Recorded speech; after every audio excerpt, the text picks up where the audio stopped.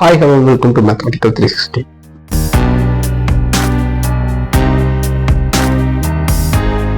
இந்தியாவில் நம்ம பார்க்க போகிற சப்ஜெக்ட் வந்து பார்த்தீங்கன்னா மேல்நிலை முதலாம் ஆண்டு கணிதவியல். இந்த சப்ஜெக்ட் தான் பார்க்க போகிறோம்.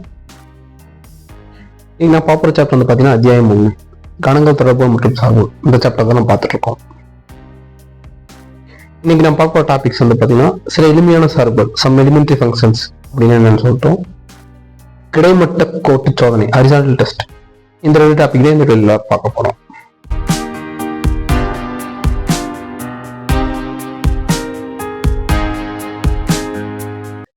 சில எளிமையான சார்புகள், சம் எலிமெண்டரி ஃபங்க்ஷன்ஸ்.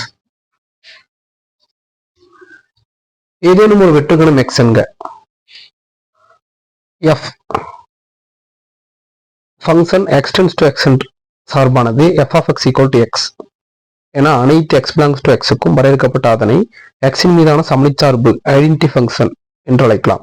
மேலும் இதனை ஐஎக்ஸ், ஸோ இந்த சமணிச்சார்பு ஐஎக்ஸ்ன்னு சொல்லுவாங்க. அதாவது பார்த்தீங்கன்னா ஒரு சார்பு வந்து பார்த்தீங்கன்னா எக்ஸ்டென்ஸ் டு எக்ஸ், எக்ஸோட சார்பு வந்து எக்ஸ்கே போகுது, அதோட எஃப் ஆஃப் எக்ஸ் எக்ஸ்ன்னு சொல்றாங்க. ஸோ அப்போ அந்த எக்ஸோட எல்லாம் பிலாங்ஸ் டு இந்த எக்ஸுங்கிற வெற்றுக்கணத்துக்குள்ள தான் இருக்கும், வெற்றிடக்கணத்துக்குள்ள தான் இருக்கும். ஸோ இப்போ நம்ம குறிப்பிட பார்க்கலாம்.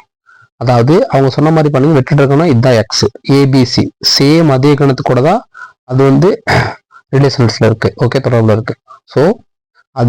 ஸோ இந்த மாதிரி சார் பேக்ஸ் ஏபிசி, இந்த மாதிரி சேம் வேல்யூ சேம் கூட ரிலேஷன் இருக்கிறது வந்து பாத்தீங்கன்னா சமணிச்சார்பு அப்படின்னு சொல்றாங்க. அதுதான் இங்க வேர்டிங் எக்ஸ்பிளைன் பண்ணியிருக்காங்க. ஸோ இந்த மாதிரி இருக்கிறது வந்து பாத்தீங்கன்னா சமணிச்சார்பு.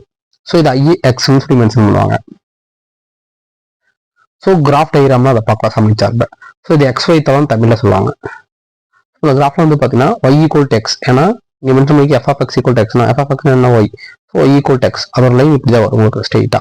ஸோ அதனால இது ஏபிசி ஸ்ட்ரெயிட் லைன்ல இருக்கும். ஸோ அமினிச்சோட கிராஃப் ரெப்ரசன்டேஷன் இப்படி தான் இருக்கும்.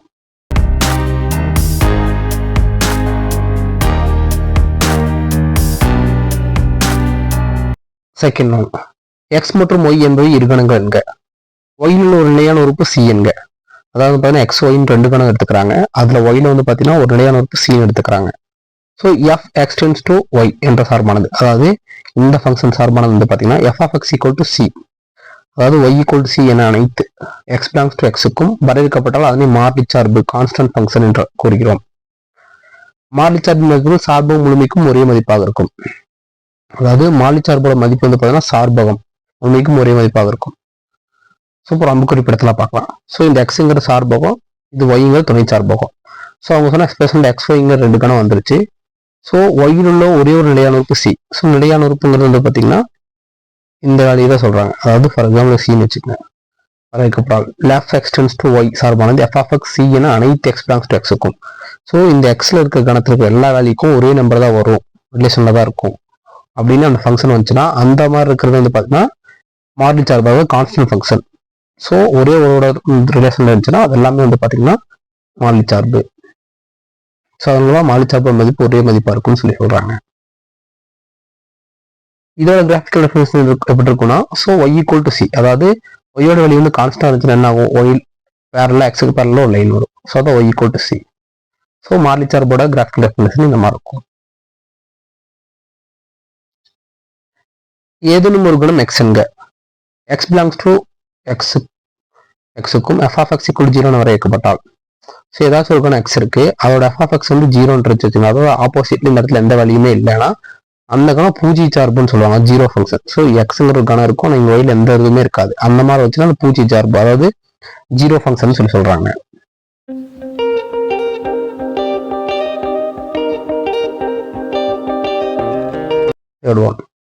F R tends to R, அதாவது ரியல் நம்பர்ஸ் அந்த ஃபங்க்ஷன் இருக்குன்னு வச்சுக்கோங்க. ஸோ அதோட f of X equal to modulus of x என வரைக்கப்பட்டால், ஸோ இந்த பேக்கில் மாலஸ் ஆஃப் எக்ஸ் என்பது எக்ஸ் மற்றளவு என்னளவு மதிப்பாகும்.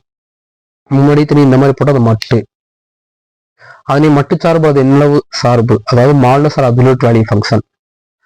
மட்டு சார்பு எதுன்னு பார்த்தீங்கன்னா மாலஸ் ஆர் அப்சல்யூட் வேல்யூ ஃபங்க்ஷன் கூறலாம். மாலஸ் எக்ஸ் என்பது கீழ்மாறு வரையறுக்கப்படுகிறது. ஸோ இப்போ மாலஸ் எக்ஸ் பார்த்தீங்கன்னா இந்த மாதிரி டிவிஷன் மென்ஷன் பண்ணுவாங்க. அதாவது பார்த்தீங்கன்னா எக்ஸோட வேல்யூ வந்து மைனஸாகவும் இருக்கும், ப்ளஸ்ஸாகவும் இருக்கும். அதாவது less than 0 or equal to 0 or greater than or 0. So அதே மாதிரி மாலஸ் ஆஃப் எக்ஸ் வந்து பார்த்தீங்கன்னா less or equal to 0 minus எக்ஸ்னு மென்ஷன் பண்ணுவாங்க. So greater than equal to 0 mention பண்ணுவாங்க. ஸோ அதே மாடல்ஸ் ஆஃப் எக்ஸை less than or 0 greater than or equal to 0. So இந்த 3 டைப்ல மாடல்ஸ் ஆஃப் எக்ஸை வந்து பார்த்தீங்கன்னா ரெப்ரசென்ட் பண்ணுவாங்க. ஸோ இதோட கிராஃபிக்கல் ரெப்ரசன்ட் இப்படி தான் இருக்கும். அதாவது பார்த்தீங்கன்னா ஒய் ஒன்று மைனஸ் எக்ஸாக இருக்கும், இல்லை ப்ளஸ் எக்ஸாக இருக்கும். ஏன்னா எந்த ஒரு நம்பரும் மாடல்ஸ் விட்டு வெளியே வரும்போது என்ன எடுத்துக்கோன்னா ப்ளஸ் ஆர் மைனஸ்ன்னு கன்சிடர் பண்ணுவாங்க. ஸோ அதனால மாடல்ஸ் ஆஃப் எக்ஸ்க்கு மைனஸ் ப்ளஸ் வருது. ஸோ அதனால வர 2 லைன்ஸ் ஒய் இந்த மாதிரி வருது.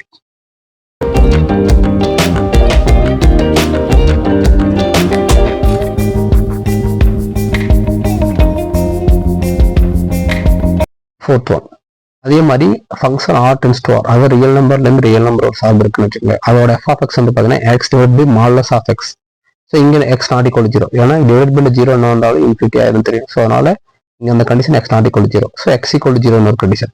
ஏன்னா வரையறுக்கப்பட்ட சார்பு குறியீட்டு சார்பு, அதாவது இந்த சார்பு குறியீட்டு சார்பு அது சின்னம் ஃபங்க்ஷன் சொல்லுவாங்க. இச்சார்பினை சைன் சார்பெனவும் அதாவது எஸ்டிஎன் சார்பெனவும் குறிப்பிடலாம். ஷார்ட் ஃபார்ம் இந்த மாதிரி மென்ஷன் பண்ணலாம்.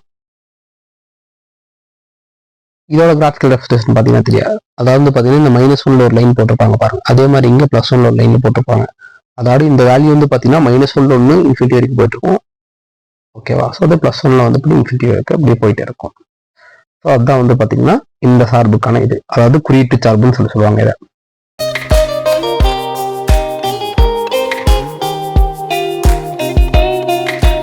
ஃபிஃப்த் ஒன் அதே மாதிரி function R tends to R, அதாவது ரியல் நம்பர்ஸ் டு ரியல் நம்பராக இருக்கும்போது இந்த சார்பில் எஃப் ஆஃப் எக்ஸ் என்பது எக்ஸை விட குறைவாகவோ, அதாவது இந்த எஃப் ஆஃப் எக்ஸோட வேல்யூ வந்து பார்த்தீங்கன்னா எக்ஸோட நம்பர்ஸ் விட குறைவாகவோ அல்லது சமமாகவோ இருக்கும்பொழுது மீப்பெருமொழியன் என வரைக்கப்பட்டால் அச்சார்பு. அதாவது எஃப் ஆஃப் எக்ஸ் வந்து பார்த்தீங்கன்னா, அதாவது எக்ஸுங்க இருக்கணும், அம்புக்குறி படத்தில் பார்த்தீங்கன்னா தெரியும், ஒய்யுங்க இருக்கணும். இதோட வேல்யூஸ் வந்து பார்த்தீங்கன்னா எக்ஸை விட, அதாவது எக்ஸ்ல இருக்க நம்பர்ஸை விட குறைவாவோ அல்ல இந்த எக்ஸுக்கு ஈக்குவலாவோ இருந்துச்சுன்னா அது மீப்பெருமொழியன் வந்து பார்த்தீங்கன்னா மீப்பெருமொழியன் சார்பு, அதாவது greatest integer function. So greatest integer function அல்லது ஃப்ளோர் சார்பு என அழைக்கப்படும். இச்சார்பினை க்ளோஸ்டு பிராக்கெட் எக்ஸ் என குறிப்பிடலாம். 6th ஒன் அதே மாதிரி வந்து பார்த்தீங்கன்னா சேம் அதே மாதிரி ஒரு function R tends to R என்ற சார்பில் எஃப் ஆஃப் எக்ஸ் என்பது எக்ஸை விட அதிகமாக, அதாவது பார்த்தீங்கன்னா எக்ஸ்ல இருக்க நம்பர்ஸை விட ஒய்யோட நம்பர்ஸ் வந்து ஜாஸ்தியாகவோ அல்லது சமமாகவோ இருப்பின் மீச்சிறுமொழியன் வரையறுக்கப்பட்டால் அச்சார்பு மீச்சிறுமொழியன் சார்பு, அதாவது ஸ்மாலஸ்ட் இன்டீஜர் ஃபங்க்ஷன்ஸ் இல்லாட்டி சீல் சார்பு எனப்படும். இச்சார்பு குறியீடு பார்த்தீங்கன்னா ஒரு டாட் வச்சிருப்பாங்க, அவ்வளவுதான். அதாவது இச்சார்பினை எக்ஸ் என குறிப்பிடலாம். அதாவது பார்த்தீங்கன்னா இந்த ப்ராக்கெட்டை பார்த்தீங்கன்னா தெரியும் டிஃப்ரென்ஸ். அதாவது இது அண்டர்ல க்ளோஸ் பண்ணியிருப்பாங்க, இந்த ப்ராக்கெட் வந்து பார்த்தீங்கன்னா டாப்ல க்ளோஸ் பண்ணியிருப்பாங்க. ஸோ மீச்சர் மதிப்புனா டாப்லையும் மீப்பெரு மதிப்பாக இருந்தால் கிளையும் க்ளோஸ் பண்ணியிருப்பாங்க. அந்த மாதிரி ரெப்ரசன்டேஷன் மென்ஷன் பண்ணுவாங்க. மேற்குறிப்பிட்ட இரு சார்புகளும் படிநிலை சார்புகள் ஸ்டெப் ஃபங்க்ஷன் அழைக்கலாம். ஸோ இந்த மீப்பெருமொழியின் சார்பையும் இந்த மீச்செருமொழியின் சார்பையும் நம்ம என்ன சொல்றாங்கன்னா படிநிலை சார்புகள், அதாவது ஸ்டெப் ஃபங்க்ஷன் சொல்லி மென்ஷன் பண்ணலாம்.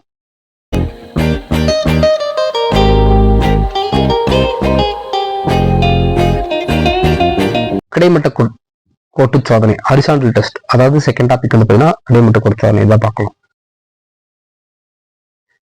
நிலைக்குத்து கோடு சோதனை போலவே உள்ள ஒரு சோதனை கிடைமட்ட கோடு சோதனை ஆகும். அதாவது நிலைக்குத்து கோடு சோதனை என்னன்னு சொல்லிட்டு வந்து ப்ரீவியஸ் வீடியோல பார்த்துப்போம், அந்த கன்வென்ஷன்ல கொடுக்குறேன். ஸோ அதை பார்க்கும்போது நிலைக்குத்து கோடு சோதனை இருக்கும். அதே மாதிரி தான் வந்து பார்த்தீங்கன்னா இதன் மூலமானது சார்பானது ஒன்றுக்கொன்றா அல்லது மேற்கொத்தானதா. ஸோ ஒன்றுக்கொண்டு சார்பு ஒரு மேற்கொத்தான சார்பு என்னன்னு சொல்லிட்டு வந்து பார்த்தீங்கன்னா நெக்ஸ்ட் வீடியோல பார்க்கலாம். இது பற்றி ஆல்ரெடி 10th வீடியோல ஒன்றுக்கொண்டு சார்பு மேற்கொத்து சார்பு போட்டிருப்பேன், அந்த காலனிக்கும் டிஸ்பிளே கொடுக்குறேன். ஸோ இப்போ இந்த கிடைமட்ட கோடு சோதனை ஒன்றுக்கொண்டு சார்பா இல்லையான்னு சொல்லி கண்டுபிடிக்க போறோம்.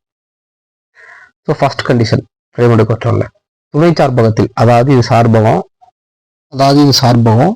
இது துணை சார்பகம். ஓகேங்களா? ஸோ துணை சார்பகத்தில் உள்ள ஒய் வழியாக வரையப்படும் கிடைமட்ட கோடு வளைவரை சந்திக்கவில்லை எனில் அப்பொழுது ஒய்யான எவ்வித முன்பிரிவும் பெற்றிருப்பதில்லை. எனவே சார்பானது மேற்கோர்த்தல் அல்ல. அதான் வந்து பார்த்தீங்கன்னா ஸோ அந்த கர்வ்ல வந்து பார்த்தீங்கன்னா எந்த ஒரு லைனும் டச் ஆகாமல் போச்சுன்னா அந்த மாதிரி வந்து மேற்கோர்த்தல் அல்ல, அந்த டைப்பான சார்பா இருக்கும்னு சொல்லி அர்த்தம். செகண்ட் ஒன் துணை சார்பகத்தில் குறைந்தபட்சம் ஏதேனும் ஒரு புள்ளி வழியாக செல்லும் கிடைமட்ட கோடு வளைவரை ஒன்றுக்கும் மேற்பட்ட புள்ளியில் சந்தித்தால் சார்பு ஒன்றுக்கொன்று ஆனதல்ல. அதான் வந்து பாத்தீங்கன்னா இந்த லைன் இந்த மாதிரி போச்சுன்னா, அதாவது இங்க ஒரு பாயிண்ட் இந்த கவலை 2 பாயிண்ட் டச் ஆகுது பாத்தீங்களா, அந்த மாதிரி டச் ஆச்சுன்னா அது வந்து பாத்தீங்கன்னா ஒன்றுக்கொண்டான சார்பு கிடையாதுன்னு அர்த்தம். ஸோ தேர்ட் ஒன் வீச்சகத்தில் உள்ள அனைத்து ஒய்க்கும் ஒய் வழியாக செல்லும் கிடைமட்ட கோடு வளைவரையை ஒரே ஒரு புள்ளியில் சதித்தால் ஒன்றுக்குண்டான சார்பாகும். ஃபார் எக்ஸாம்பிள் அதே கர்வ்ல இந்த ஒரு லைன் ஒரே பாயிண்ட், அதாவது இந்த ஒரு பாயிண்ட் மட்டும் தான் இந்த டச் ஆகுதுன்னு வச்சுக்கலேன், அந்த மாதிரி டச் ஆனா மட்டும் தான் அது ஒன்றுக்குண்டான சார்புன்னு சொல்றாங்க. ஸோ இந்த மாதிரி கிடைமட்ட கோட்டு சோதனை பயன்படுத்தி ஒவ்வொன்றும் என்ன டைப் சார்பு நம்ம கண்டுபிடிக்கிறோம்.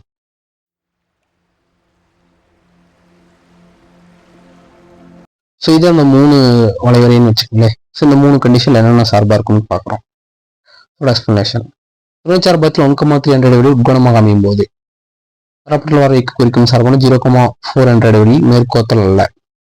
அதாவது இந்த ஃபர்ஸ்ட் டைம் வந்து மேற்கோத்தல் அல்லன்னு சொல்றாங்க. என்னன்னா நம்ம சொல்ல வளைவரையில வந்து பார்த்தீங்கன்னா இந்த லைனே எதுலையுமே டச் ஆகல. அந்த மாதிரி டச் ஆகாம போச்சுன்னா அது என்னன்னா மேற்கோத்தல் அல்லன்னு சொல்லி பார்த்தோம் பாத்தீங்கன்னா போன ஸ்லைட்ல. அதனால அது மேற்கோத்தல் அல்ல ஃபர்ஸ்ட் டயக்ராம். செகண்ட் வந்து பாத்தீங்கன்னா அந்த வளைவரை ஒரே லைன்ல, அதாவது ஒரே பாயிண்ட்ல டச் ஆகுது. ஸோ அந்த மாதிரி டச் ஆனாலும் வந்து பாத்தீங்கன்னா தரப்பட்டுள்ள வளைவரையானது ஆறுக்கு ஒன்றுக்குண்டானது. ஒன்றுக்குண்டான எதனால சொல்றாங்கன்னா ஒரே ஒரு பாயிண்ட்ல டச் ஆனதா இந்த செகண்ட் டயக்ராம் வந்து ஒன்றுக்குண்டான சார்பு. தேர்ட் ஒன்று வந்து பாத்தீங்கன்னா அதே வளைவரைய 2 பாயிண்ட், அதாவது இங்க ஒரு 1 2 மொத்தம் 3 பாயிண்ட்ல டச் ஆகுது. ஸோ அதே மாதிரி தரப்பட்டுள்ள 0,4 இருந்து 6க்கு வரையப்பட்டுள்ள வரைவை ஒன்றுக்குண்டானது அல்ல. ஸோ இங்க 2-3 பாயிண்ட்ல காட்டு இருக்கிறனால ஒன்றுக்குண்டானதுன்னு சொல்லி சொல்றோம்.